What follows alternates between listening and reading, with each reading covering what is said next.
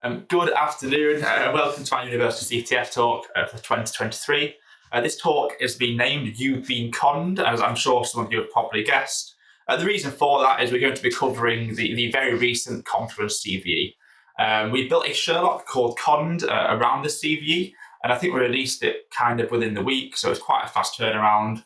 So essentially the goal today will be a walkthrough, talk through as much of the Sherlock as I can get through, time permitting, as I only have 30 minutes. The CVE itself was CVE 2023-22515, which is a critical broken access control vulnerability affecting a variety of Confluence versions. We'll get a variety of artifacts today. We'll do a quick walkthrough of the platform, a talk through how Sherlock looks, and then we'll delve into a fair bit of analysis for this Sherlock today. I'm just going to delve into the platform. As you can see, I have already completed this Sherlock previously and been the author of it, so please don't take that against me today. So a lot of the answers I already know in advance, but the goal of today is really to talk you through some of the analysis of this Sherlock. For those of you who don't know what Sherlocks are, they are investigative-based content within all of our Hat-the-Box platforms. And the questions essentially are the flags. So it's not a user.txt and a root.txt like some of you might be used to. Instead, what we have are questions that may be asked during the instant response process. Each Sherlock, at a very high level, is trying to simulate an individual instant. And this instance specifically is based around the exploitation of the Confluence CVE. And when you delve into the platform and open the Sherlock, one of the key points to note straight away is read the scenario. Within blue teaming, context is king, essentially. So understanding what's occurred prior to the incident and potentially what may have caused the incident is really critical to get down to a T prior to beginning analysis. So without further ado, I guess let's read the scenario and try and understand what's been asked of us. So it appears we've been utilising an out-of-date version of Confluence that is affected by the latest CVE. Please gain an understanding of the attack and confirm if, how, and when our web-facing vulnerable asset was compromised. So there's a few important points to note here, and I think key takeaways from this. Number one would be an out-of-date version of Confluence that is affected by the latest CVE. So it's likely if this was a SOC or a real instant response task, that this is information that may be provided, and that would give you some details to what to look at. And you may potentially want to start Googling latest Confluence CVEs, proof of concepts, detections, to maybe try and get some low-hanging fruit.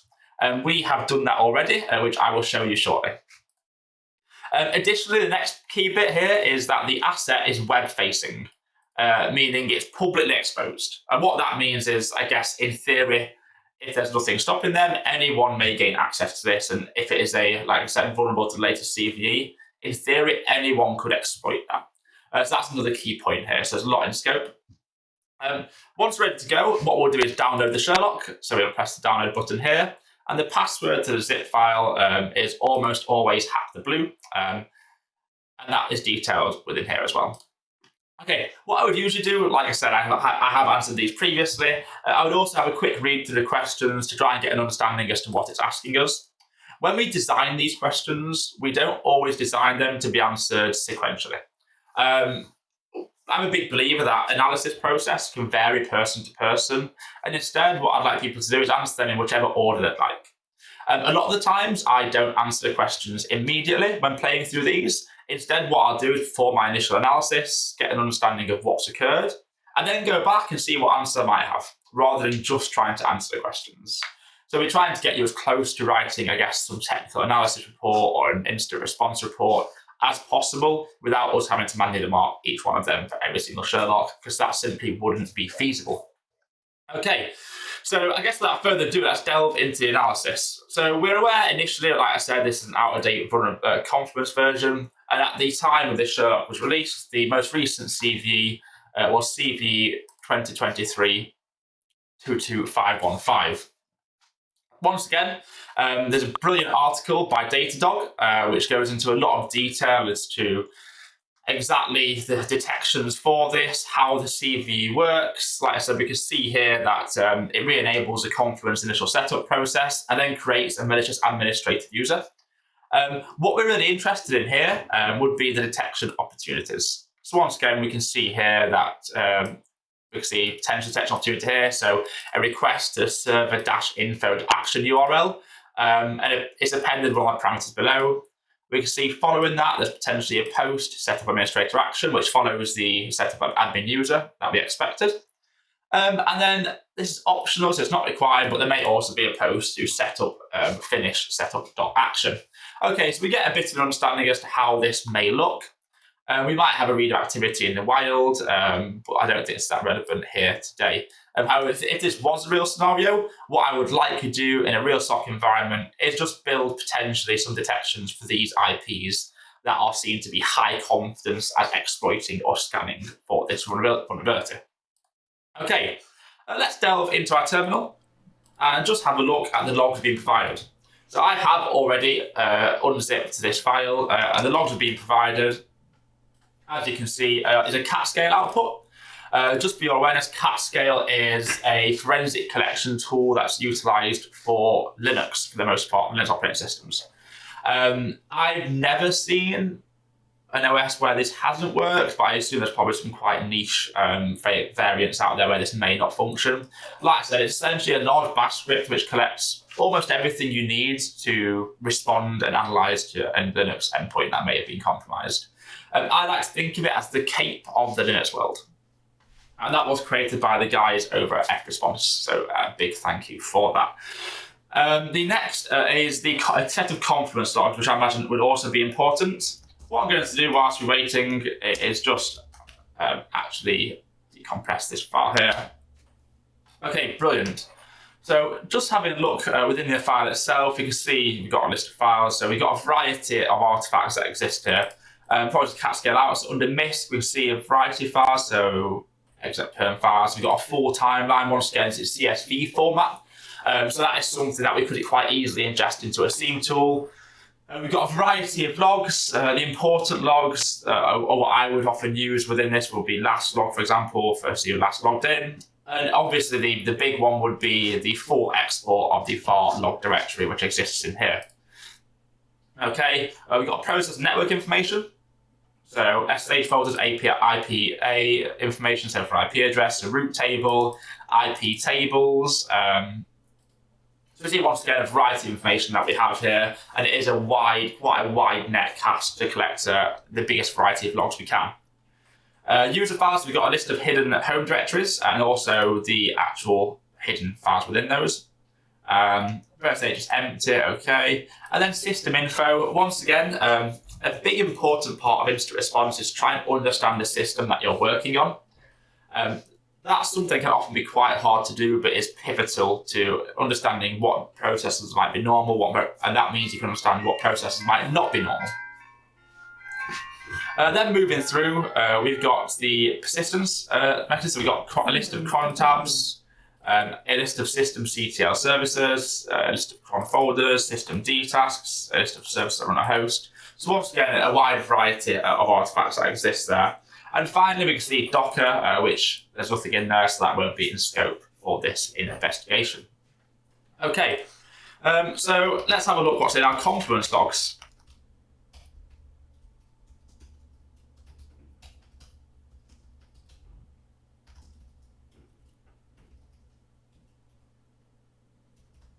Okay, so we can see we got a variety of logs. So these three are empty, so there won't be too much drama today. The Confluence access log, because that would be any access to the actual Confluence site, in the same way you might have an Apache access log or Nginx access logs. And I imagine that will be pretty important today based on the detections engineering on the site we saw for Datadog. In addition, we have the, I think, garbage collection, that would be. I'm not quite sure what would exist within that, but I mean, we may have a look at it later.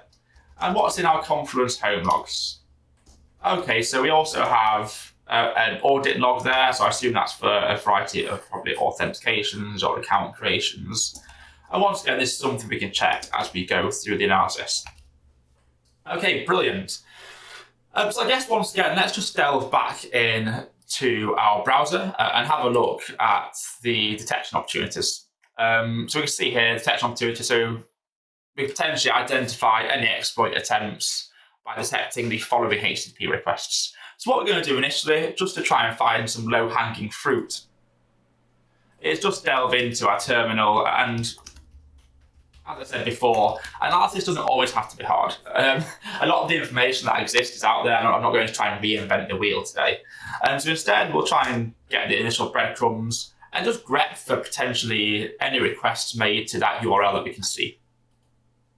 So we'll just grep for server-info.action.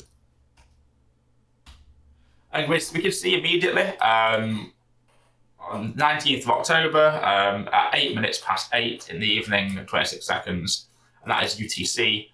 We can see what exists here is the potential indicator of compromise that we detailed on the site itself. It was delved back to the site, so we can see that. So once again, we can see the bootstrap status provider application config.setup complete equals false is appended to that URL. What we're going to do now very quickly is just actually talk through what we can see in this actual log file and do a bit of talk through of this log line. So what we can see, I guess, starting left to right, is this would be the timestamp, which I think is fairly obvious here. This here itself would be the part that identifies the thread that actually handles this GET request. We've then got the source IP. So if this is the attempted exploitation of the Confluence CV, that is something that we'll be logging in our timeline. We then have the type of request, so this is a GET. So that's the actual HTTP method. We then have the actual URI. And then we have the HTTP protocol version, followed by the status code, which is a 200, so that means the request was successful. And we then have a variety of information about time and size in bytes. And then the next important bit would be the user agent. Usually the referrer would exist here, but this field, as it stands, is empty, so there isn't a referrer in place. Okay, a bit of a talk through of how the log looks there, which might give you a bit of context. Okay, brilliant. What we're going to do very quickly is just see if there's any results both after or before. So we'll go 10 after and 2 before. Okay, brilliant. So what we can see here is access using the admin account. So yeah, the first time we see this IP address is at this date. So what we're going to do is just clear our screen and only get our results for after, so we can talk through these. So here you can see our initial request, which we detailed already, and then within a same sort of time period, we can see a post to set up administrator action. And remember earlier, if we delve back to our browser, what we can detail is that there's the re-enablement of the Confluence setup process, and then there's the setup of the administrative account. So I believe the setup process is what we can see within this actual terminal here. Okay, so I guess moving on through in a bit more detail, we can see there's a GET request to set up finish action, which I guess is expected as part of this potential exploitation chain. And then there's also, we can see a username within there, so GET REST API user. It looks like a query to see if the user exists, I believe. And we can see a 404 for that, which indicates it might not be successful. And once again, we can double check that within some other Confluence data. So at this point, this is all fairly interesting, but naturally we need to start building a timeline. A timeline is absolutely critical to performing analysis, as it's essentially, if you are performing instant response, it helps you build the report at the end, and also ensures you don't miss anything, and it puts together quite a nice story, which is absolutely critical when analysing and responding to incidents. Okay, let's delve into our timeline. So I have already built the initial workings of how a timeline might look. And what we can see is that's occurred on the 19th of October. So what I'm going to do is just detail 19th of October 2023. And then we'll detail our times under this. Okay, so you can see here's our timeline. Just for a bit of context, we've got a date time tab, events, so it's very high level, some extra details that I might want to add. And then also what I tend to do when responding to instance is produce a list of IOCs. And the reason for that is that let's say I find an indicator of compromise that we are unaware of. As the incident responder, what I can do is actually provide that list of IOCs sort of ongoing across the incident to either your threat intelligence team or your SOC team, and they can hunt those IOCs across the wider enterprise. And that is really critical. Okay, so let's delve into this. So 826.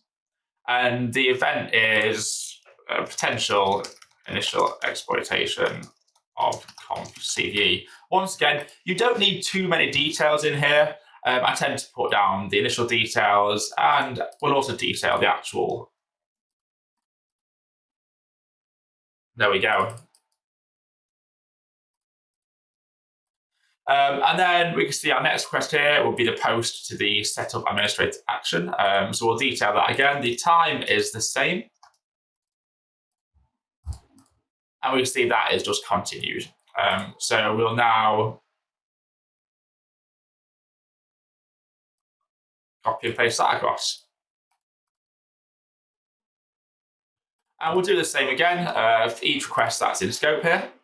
And once again, you can see this is critical. Building a timeline is extremely important in the analysis process.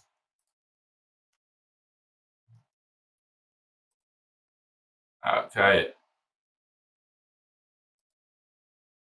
Okay, and our final request once again occurred within the same second again. Potential creation of user account owned. So I'll put a question mark here as I'm saying this is the potential creation based on what we know about the CVE.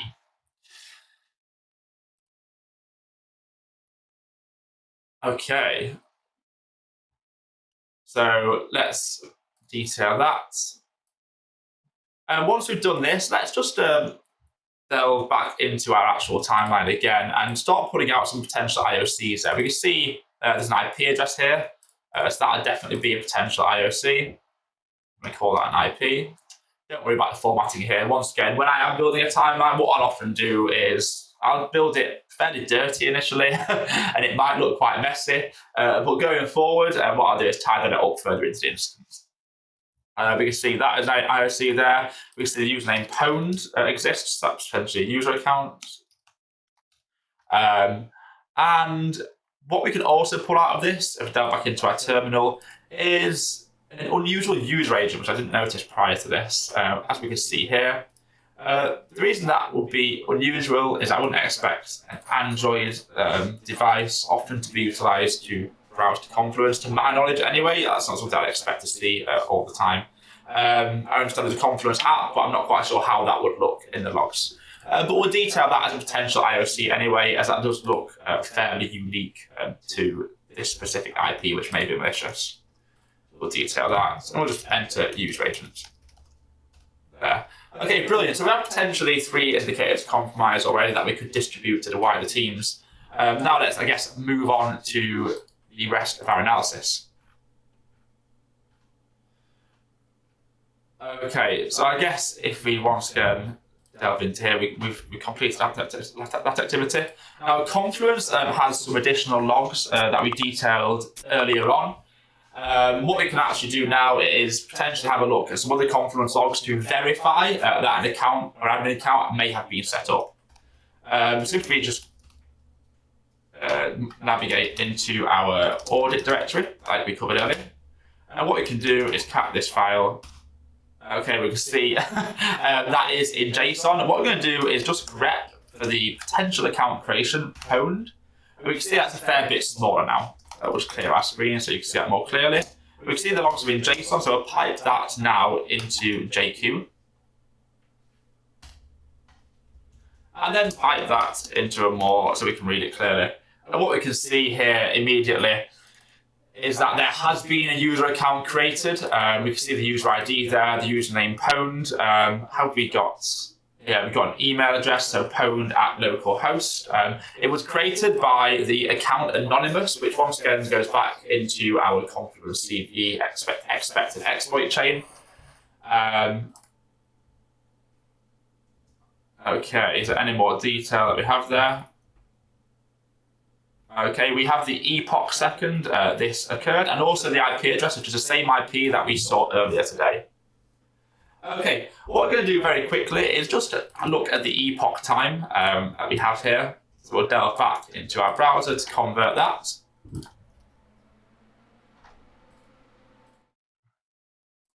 I'll just enter this into here. And what we can see, the timestamp is identical to the previous timeline we have already. So what we're going to do is just put detail in here. So we'll copy and paste that across and put confirmed creation of user account pwned.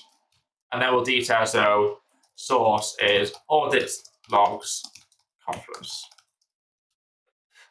Okay, brilliant. So we now confirm that the pwned account is certainly an integrated compromise, and it's most certainly malicious, and also it's most certainly the exploit chain that we're expecting to see here. What I'm going to do very quickly is just freeze this row, which I'm pretty sure I can do. I'm going to put this on pause very quickly whilst I freeze this row so you can see this as we scroll down. Okay, apologies for that. I can be pretty bad within Google Sheets. Okay, let's delve back into this again. So we now confirm the creation of the user account pwned. If we actually have a look at what's occurring here, what we can see here is potentially are numerous sequential requests from the same IP address as we see within a short time frame here. That would indicate potentially an automated tool being utilized for this. We can see potentially some initial information gathering or server input action.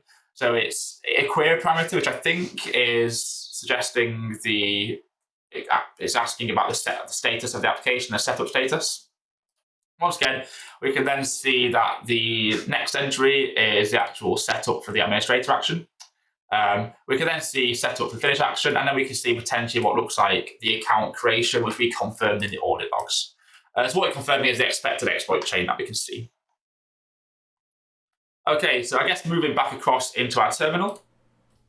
One thing we haven't seen in these logs so far is the adding of the pwned account to the administrator group within Confluence.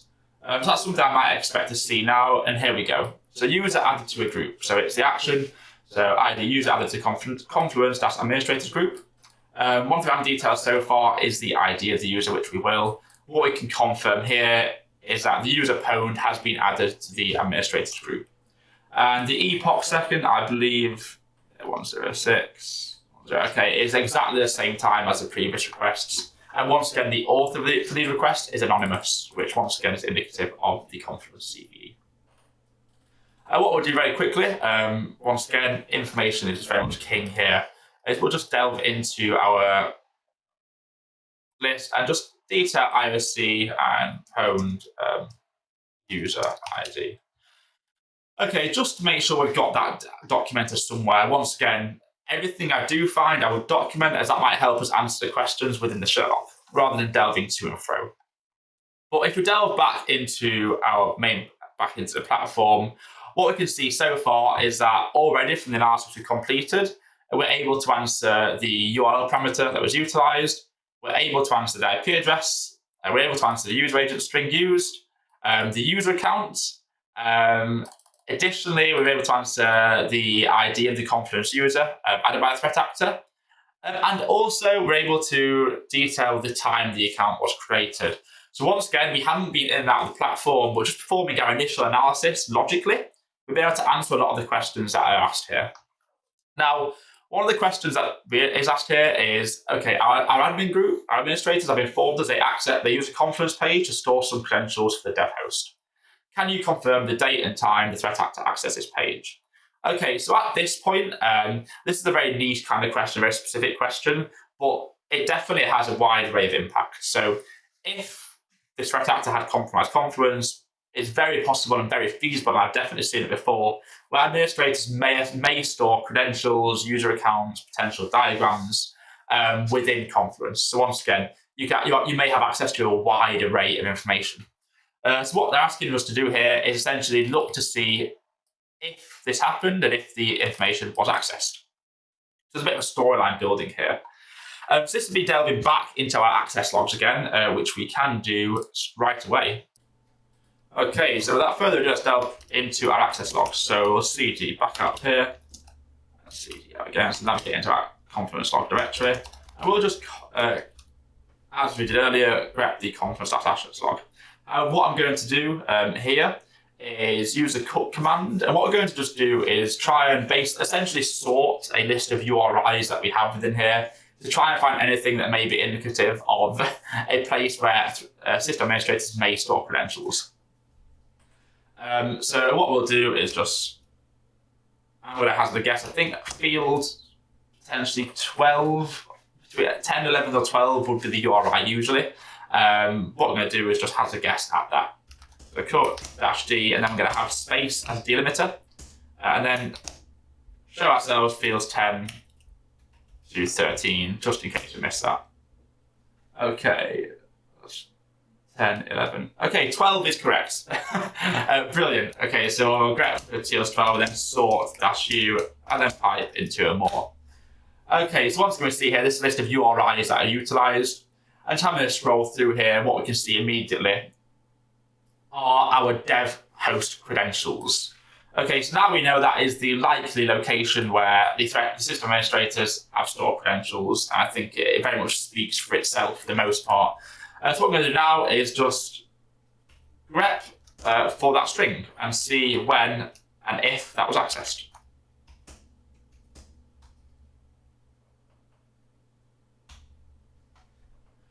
Okay, so interesting here, we can see it definitely has been accessed, and we can see by the admin account here. So that means that the user account is logged within these requests. So what I'm going to do, as we're aware of the actual name, is just grep for the user account pwned as well, and then pipe that into a more.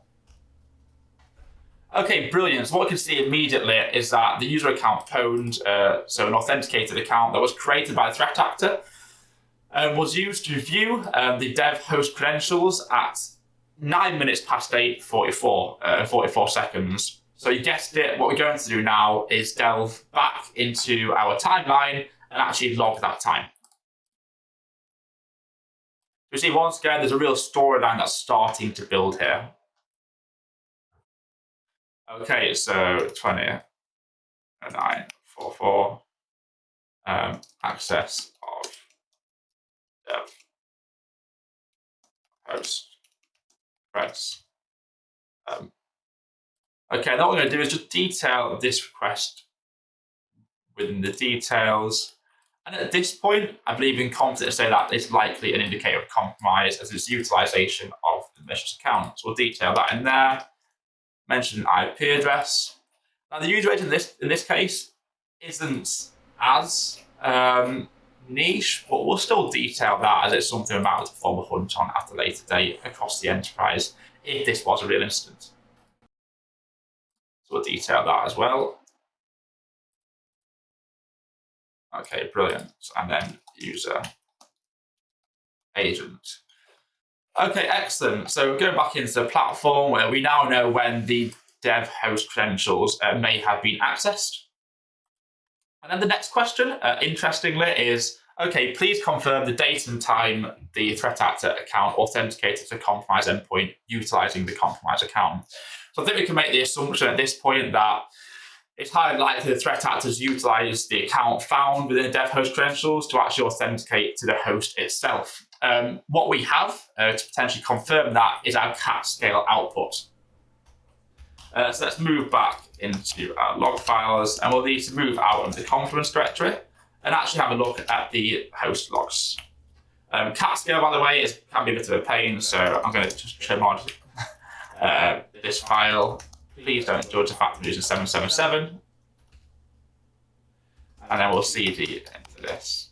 Okay, brilliant. We'll cd into logs. And once again, we're looking for authentication here. So what I'm looking for essentially is the auth.log file. So tar-CTF, and we're going to. Okay, brilliant. Let's cd into var log. Okay, now what we're looking for is auth.log. And once again, what we know so far is that there's potentially 2 IP addresses that we've seen the threat actor use. So once again, we're not going to overcomplicate this. We're going to just look for the IP addresses that we know are bad within the auth.log. So let's initially look for, if we just delve back into our IOC list, which now you can see why it's becoming very handy. So we'll just look for the 138.199.59.43 address first. So let's just copy and paste that. Go back into our terminal, and we can grep for that IP. Wrap that in quotes. And what we can see immediately is that we can see an accepted password for the account dev1, which matches the storyline that we're following so far for the dev host credentials, from the IP address that we know is malicious. And just out of curiosity, what we also could do is look for any access from the alternative IP that we know is malicious, just in case we're missing anything from our timeline. We'll include that as well. Okay, we can't see anything for that. Okay, so what's really relevant here are each line indicative of access from the malicious known IP 138.199.59.43. So you've guessed it, what we're going to do again is delve back into our timeline and start tracking these. So we've got 2010 23. So initial access to physical host with dev1 account. And what we're going to do is just detail the details from that log within there. There we go. Okay, so well aware that now the dev1 account is also being compromised. So that's a user. That's potential another indicator of compromise that we can see here. If you delve back into our terminal, we can see there are other times where authentication occurred.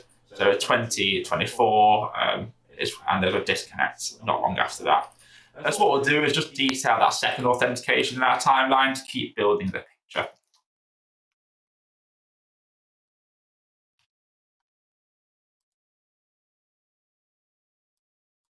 I'll copy and paste that across, and then copy and paste that in. Okay, brilliant. Okay, so once again, you can see how our picture's now starting to build. And what we can see here is the initial exploitation of the Confluence CVE, followed by the actual reading of some credentials that were stored within Confluence. And then following that there was the actual access of the physical host. And once again, you can see how the incident is starting to play out. This isn't just the analysis of specifically Confluence CVE, but also the actions a threat actor might take after the fact. Okay, and now I think we can detail that we've found the answer for for this here, so the IP address that threat actor used to authenticate. And you see there's only a couple of questions left. The last question left is that the compromised host has been rebuilt. However, we believe the threat actor may have dropped a script into the compromised account's home directory. Please confirm the name of this script. So once again, this may be for some potential IOC searching.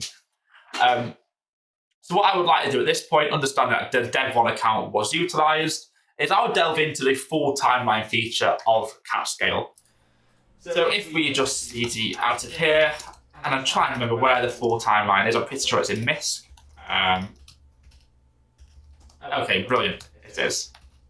And then what I'm going to do is just grep for the dev1 account, just know that that's the account that was compromised, and see if I can potentially find, once again, any low-hanging fruit here.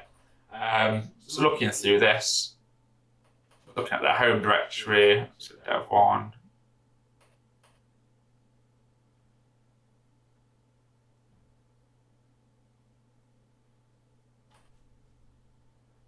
Okay, so now what I'm going to do is just dev1, there we go, so you can see this a bit clearly.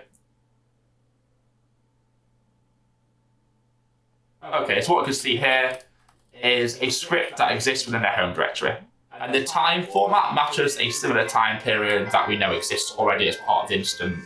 Time-based analysis is something that's very important in incident response, and a lot of the hunts or searches we do are probably based around time, so understanding the time of compromise and looking at a variety of events both before and after that compromise had occurred, and within the time period you knew the threat actor had access to the host.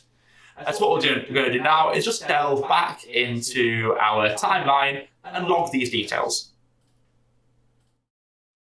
So we're aware that it's like the dev.sh script may have been dropped into the host only 10 seconds after the initial access.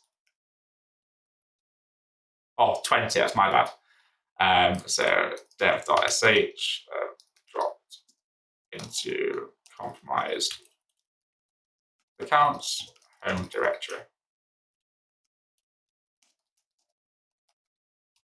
And what we can do now is just detail that entire log line within our details. Like I said, it's fairly big, but it's enough detail for us to look at. And I think we can likely drop dev.sh in as a potential IOC within there. Okay, excellent. So now if we delve once again back to our platform, what we can see is we've actually answered the last 2 questions, and at this point, our Sherlock would be completed. I know I've gone 5 minutes over time. I apologise for this. Hopefully that's not an issue for anyone. But that is essentially the full playthrough of a Sherlock. You can understand, once again, I hope, how timelining appropriately and making sure you track the events during an incident can definitely help with the analysis later on. So thank you for joining this talk today, and have a good day.